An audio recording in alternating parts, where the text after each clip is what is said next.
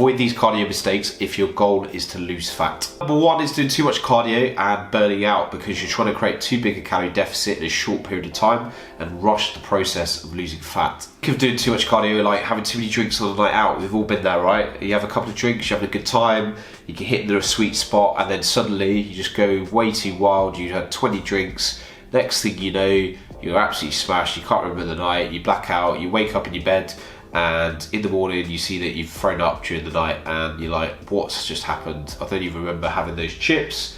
It's just like on a night out, if you have one too many drinks and you get your 8 hours sleep and drink some water on the way home, it's probably not going to offset the damage you've already done. And doing cardio every single day where you're probably going to burn out and therefore you're decreasing your weights performance when you go in the gym because you're too tired, it is going to have a negative impact on your fat loss, and you may risk losing muscle if you're so tired from doing cardio every single day. It sounds counterintuitive at the start because when you think of cardio, you think it's going to help you get the shape you want, but you can think of the weights actually creating shape to your body and getting you that lean muscular look that you're looking for. Cardio is just for cardio health and for general well-being. You're going to feel better for doing it. It's going to burn a few extra calories, but it's not going to create shape, which is what the weights are doing. So the priority when you're trying to get tones and lose body fat is actually your weight training performance, because if you can maintain the weights you're lifting as your body weight is coming down, you'll keep your muscle and you'll lose the body fat and strip that away, provided that your protein is high enough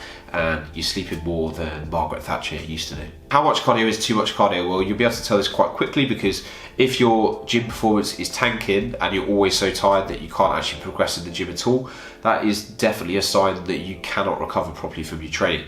And I would say a general rule of thumb for most people is 7,000 to 8,000 steps per day initially, about 30-minute cardio session separate to get the heart rate up, and then 3 weights workouts a week. That should be more than enough if you're currently sedentary to see some good changes in shape. As your fat loss phase progresses, yes, you may have to gradually increase activity levels later down the line on a cut, so going up in step count to 10 to 12k or beyond, and maybe increasing the amount of minutes you're doing per week of cardio, but you don't need to make any drastic changes or go crazy high from the start. Second big mistake is choosing the wrong form of cardio for you personally, right? There's no perfect form of cardio. Unfortunately, we have TikTok and Instagram to thank for this, where people are more concerned about the number of likes they're getting rather than putting out useful, helpful content. This is why you'll see so many people copying each other on the Explore page on social media, going for incline treadmill walk at X rate to burn belly fat, when actually what people need is sustainable lifestyle changes to their diet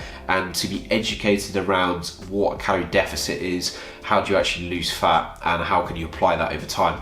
Now, the form of cardio you want to be choosing is the one that is best for you in terms of actually getting it done, because you could copy the next influencer tactic of putting the incline treadmill on, but if you hate doing that and you find it boring as fuck, are you actually going to do it? You're probably going to end up burning 0 calories because you just keep skipping it. For example, for me, you're never going to catch me doing a treadmill or cross trainer because I find it so boring, and I would much rather for my cardio do 5-side football, play tennis with some friends, or I'd rather just go for a run around the park rather than sit on a treadmill and do the cross trainer, right? So you got to find the form of cardio that you like more or you hate the least, that you're actually going to stick to, because the calorie burn is not going to be a massive difference between them, and the one that you can stick to consistently over time. Adherence is key, enjoyment is key. Third big mistake is doing cardio before weights. Now, there's a few issues with doing this, because firstly, I don't want you to become that sweaty, annoying guy in the gym that's coming up to me while I'm on a machine trying to do my chest press. Oh, do you mind if I jump in for a set? Aren't you all sweaty from that cardio I've just seen you doing? What's going on? Get a towel, wipe yourself down. Seriously, I don't understand these people. Aside from the gym etiquette side of things, jokes aside, the issue with doing cardio before your weights is that you're tiring yourself out. So if you do an intense amount of cardio before you go in and do your weights, if you think about doing a complex movement like a back squat and you've just fatigued yourself doing some intense cardio, is your form more or less likely to break down after doing your cardio? Probably, because you're tired, right? So injury risk may be increased.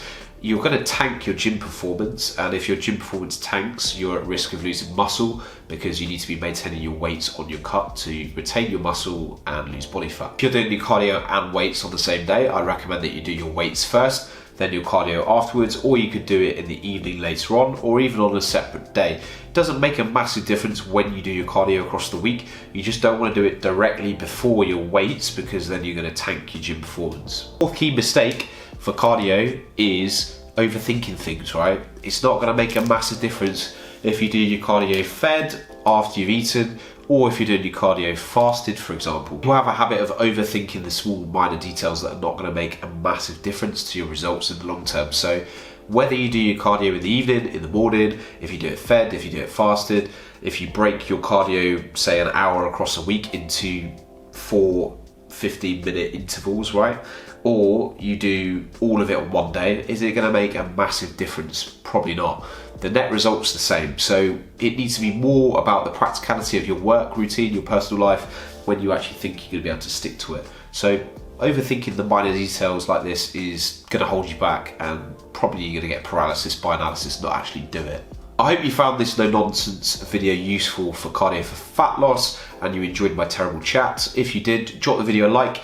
Otherwise, I'm gonna have to go back to drinking 20 pints every weekend, and I really don't want to do that. So subscribe if you're new, and I'll see you on the next video. See you later, my friends.